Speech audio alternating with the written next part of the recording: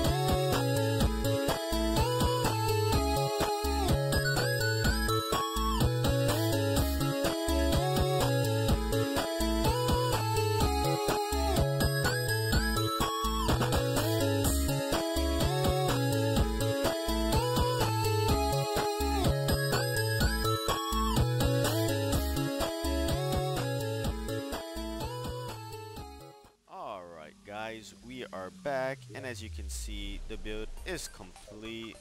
I'm gonna go ahead and give a quick walk by of what I did. So first and foremost, ignore this skull. I have no idea why I made it, but I made it anyways. So let's see, here we have the main entrance of the house, which leads to this weird living room type quarters, the dining room, a room, the attic, I guess you could call it, and this really big library. I have a total of 3 towers, one of which is actually just a background, which is this tower right here. Continuing on, we have this back part of the house, which, like the other tower, is only a background and not actual walls or anything of the sort. Here we have the other entrance as well as the final tower and this corridor that leads to the entrance. So this build actually took quite a bit of time, so I hope you guys all enjoy it. And with the Halloween spirits, I hope you all have a happy Halloween, and I'll catch you guys next time.